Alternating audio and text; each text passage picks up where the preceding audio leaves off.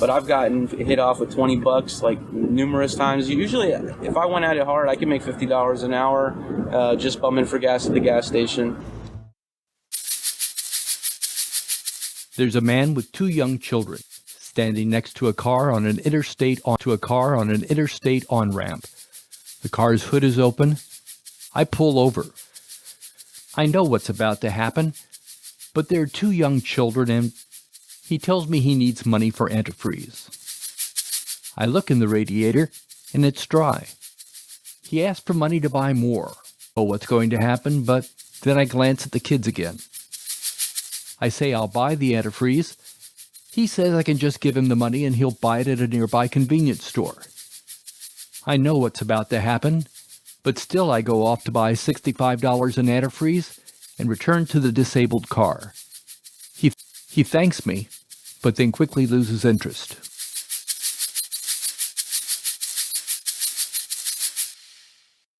I was a sucker.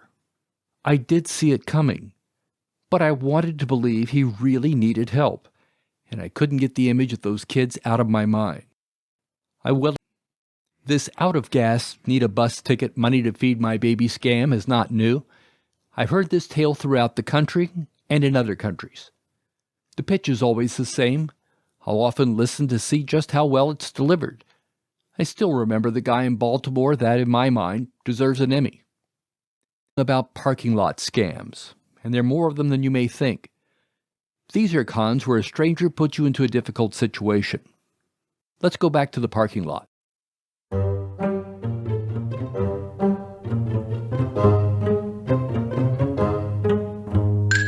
Imagine you're slowly backing out of your parking space, keeping an eye on both mirrors and the rearview camera, when suddenly something hits your rear fender, hard. You don't see anything, but still you get out to take a look.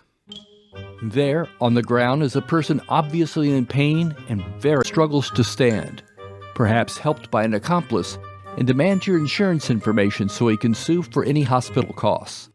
He may even threaten to call the police and have you arrested. You're panicked. This has all happened so quickly. You turn to get the insurance information from your car. At some point, the so-called victim calms down, and an accomplice suggests giving the driver a break. It wasn't intentional. The injured person acknowledges they weren't hurt that badly, and if the driver will hand over some amount of money, it will all be forgotten. Even if you suspect you're being hustled, you have very little choice. Pay in your innocence. That will be particularly difficult because accomplices will swear they saw it happen. There are other parking lot accidents that can bring severe damage to your wallet. A YouTuber with a channel called A Minute with Miles explained how he got suckered. I've edited his comments for time, and be aware, several F-bombs are about to be dropped. Today I thought I'd share a story about a time I got hustled. Yeah, I got hustled. I was moving too fast and I got played. I'm walking back to the car. Some dude pull up in a whip like, hey, bro, check it out. I got the car. Some dude pull up in a whip like, hey, bro, check it out. I got these laptops right now, these MacBook Pros. Man, they just fell off the truck this morning, bro. I got you for the jug, right? So I'm thinking, all right, so it's a dude selling laptops in a parking lot. What could possibly go wrong? This is perfect. Now, I ain't no spring chicken. You can't just piss on my head and tell me it's raining. So I'm like, nah, I'm gonna see if I want to get it or not. He like, nah, bro, nah, bro. It's hot right here, bro. I done been in this parking lot all day, bro. You gotta hurry up and just get it, whatever. Like, come on, bro. So he reached in the back seat, hand me a box, like a UPS box or something. It's taped up. I shake it real quick. I'm like, all right, it feels laptop-ish. These is like $500-$600 Mac. Like, man, give me $100 right now, man, so I can hurry up and get up out of here. I'm like, all right, cool. So I cash bro out the $100 real quick, right? I'm walking back to the car. I'm like, yeah, I'm feeling superior. I'm like, yeah, I just got a brand new laptop. Feeling special. So I get in the car, so I throw it in the back seat. I ain't worried about it. We driving, and then some tell me like, man, open this box, bro. Like, bro, you just gave somebody money. Like, bro, open this box. So I open the box. It's a computer in there But first of all, it's not a MacBook. It's not a Pro. It's not worth $500. Dude sold me a raggedy ass Dell, bruh. A raggedy ass Dell with an extension cord in the box. Buttons is missing. It's dirty. It's all kind of shit going on. So I take the computer to my brother. He fixed computers. He can do anything with everything. He dope as fuck with shit like that. He like, bruh, what do you want me to do with this? Like, bruh, there's absolutely nothing I can do with this shit. I'm like, bruh, you can't fix it. You can't salvage it. You can't get the memory or something like. So now he's like, bruh, how did you acquire this contraption? Exactly. I tell him the story. He fall out laughing like, bruh, you are the stupidest human on earth. So I end up throwing the computer away. I lost out on $100. I wasn't worried about it. But the moral of this story is, in the world, then it's low down, scandalous, dirty motherfuckers like the dude that sold me that computer. Overall, man, you gotta be a good person if you want life to be good for you. This scam is also run using gift cards. Someone desperate for money offers you a gift card that appears to be worth about $100 and wants to sell it to you for just $50. Once the buyer tries to use the card, it has very little value, sometimes as low as a penny. Parking lot scammers are nothing if not creative. Some will put a boot on your car and tell you that to have it removed, you'll have to send money via a wire transfer to an address they provide. A variation is to put a ticket on your car windshield, and when you return, you're told the fine must be paid on the spot. Then there's the friendly mechanic who hobbles your car while you're away, then offers to help when your car won't start. He comes and is willing to fix it for the low price of however much money is left in your wallet. Meanwhile, across the street, there's a gas station. It's the perfect place to run the I ran out of gas scam. In recent times, some con artists changed the story and are running a cash for gold con job. WGN in Chicago checked it out. Raphael says he got stung last year by a man claiming to be a millionaire from Dubai. He says the man was by a car close to an exit ramp around Woodfield Mall in Schaumburg. He looked very worried, very concerned. Shakespearean actor. He said, "Thank you so much for stopping. Thank you so much for stopping. I lost my wallet. I'm from another country. My family is in the car. Please help me." To ensure his good faith, he offered jewelry, a chain, and rings. I still told him I didn't have any money. Before I went to his car, he places the jewelry on your passenger seat. And he tells you, please, sure you will give it back to me. Just give me a little bit of cash. He's just asking for $20 at this point. But the stakes kept getting higher and higher. But as he goes on and on, eventually he says, hey, this is my grandfather's $100,000 Rolex. Please help me out. And you get to the point where you feel very guilty not helping this person. So he relented, giving him $2,500. Here's my telephone. It was an iPhone, AT&T. I figured it was all legit. I can track him if something goes wrong. And you really feel like he's giving you a lot of value. You feel like you have $130,000 worth of jewelry, and $2,500 seems like nothing. The guy said he would return to collect his jewelry and pay him back. Still, Raphael says some kind of warning light went off in his head. I went to Rolex store right away. They said, this watch, you don't even have to check it. It's worth nothing. The ring, they said this is actually 18 carats, and we'll tell you exactly how much it's worth in a second. But moments later, more bad news. The necklace and rings were quality fakes, and the man from Dubai with a fake name and phone number was long gone. Gas stations and parking lots aren't the only places where these scams are run. They can also come to your doorstep.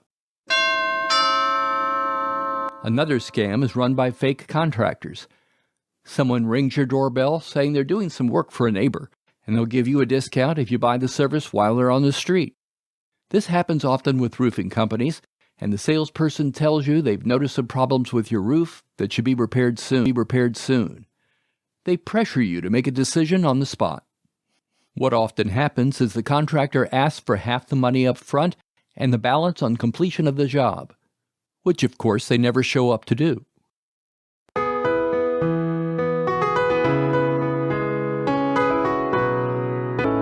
There are some new doorstep scams that have popped up since COVID forced us all indoors. One of them starts with an email saying your package from Amazon or some other shipper has been delayed and to click the link to learn more. If you do, the scammers will own your computer. It can then be held for ransom or to send emails to your contact list that appear to come from you. Then there's the brushing scam. You open your front door and, oh joy, there's a package for you. You don't remember ordering anything, but it has your name on it, so let's see what's inside. You didn't order what's inside, so you go to it shows you placed an order, but not for what landed on your doorstep. It was for something far more expensive than what was in the box. CNN Business explains how this works. Let's say there's a company that sells microwaves on Amazon. It decides to hire people called brushers to write fake positive reviews. But the brushers can't just log on to Amazon and start reviewing. They need to trick the system into thinking they actually purchased and received a microwave. To do that, the brushers place a gift order for a random person whose address they find online. Fake transaction creates a real tracking number. The vendor never actually ships a microwave. Instead, the brushers send out a cheap, lightweight item, and when it's delivered without a return address, people like Evelyn and Blinn can't trace it back to the seller. Now I'm going to wrap up this story with one of the most brazen parking lot scammers I've heard of, Gary Thompson. Please help, but spare my wheelchair today and all my coins. Somebody takes it. Gary does his work from a wheelchair. He appears and sounds as if he's disabled. He's not. I appreciate you guys busting me. Appreciate this. Yeah, I'm really good at it, really good. I clear about $100,000 a year doing this. He told reporters he used to be a millionaire, receiving $2.5 million in 1993 after being injured in a motorcycle accident. My bead boy. WAVE in Louisville and reporter John Bowl deserve major props for their investigation that exposed his con. Here's Bowl confronting Thompson. What is your name? My name's Gary David. Gary Davis? Nice to meet you. When I pulled out another camera, everything changed. You're really Gary Thompson. No. Everything changed. You're really Gary Thompson. No. Yeah. My name is John Bowl with Wave.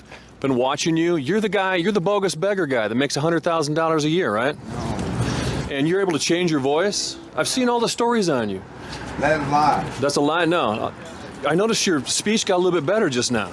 After Thompson and his story became famous around the world, he moved on to other cities, pulling the same scam. When the feds found out about it, Thompson was arrested and pleaded guilty to faking a mental disability to get $106,000 in disability and Medicaid benefits over 4 years. Prosecutors recommended 27 months in jail as part of the plea agreement. The judge disagreed and tacked on another 15 months, bringing the total to about 3.5 years. When he got out, he returned to Louisville, got back into his wheelchair, and started conning people again. For a second time, John Bowl confronted Thompson. The Mental Disability Act changes when he recognizes who he's talking to. Are you Gary? Are you John Bowl? Yes. Yeah, I'm Gary. Yes. So I pull out another camera again. Saying that you're still faking your condition, embellishing your condition. Sir, I'm not in condition. What you kind of had your voice changed? Yeah, I have personality, different personalities at times. The doctor tells me. You have different personalities? He says he has multiple personalities and then starts having physical problems right there. That's a muscle spasm, sir. You're what? That's a muscle spasm. You just had a muscle spasm? Yes, sir. That's a muscle spasm. You just had a muscle spasm? Yes, sir. I can walk a little bit. He shows me his physical problems, but I keep going back to his intellectual ability. What do you say to people who say you didn't learn anything in prison, you're still faking your condition?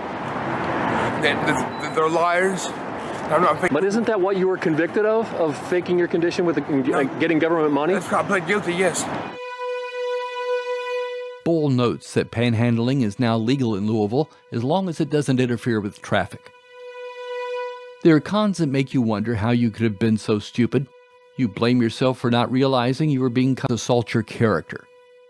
They make you ask yourself if you're too kind to people or too willing to give them the benefit of the doubt. If the answer to either of those questions is yes, then you must become the kind of person you don't want to be.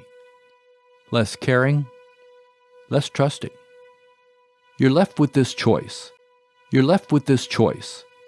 Be someone you're not, or be willing to be a sucker in another scam. I got taken for $65 in antifreeze in a situation I knew was probably a con. But I'd do it again. People get taken because they want to believe they can become richer, smarter, or more attractive to a partner. But because they were the mark, they never realized they were being scammed. They never saw it coming. What you can believe in is that a new episode of Scams and Cons is coming in 2 weeks. Thanks for listening.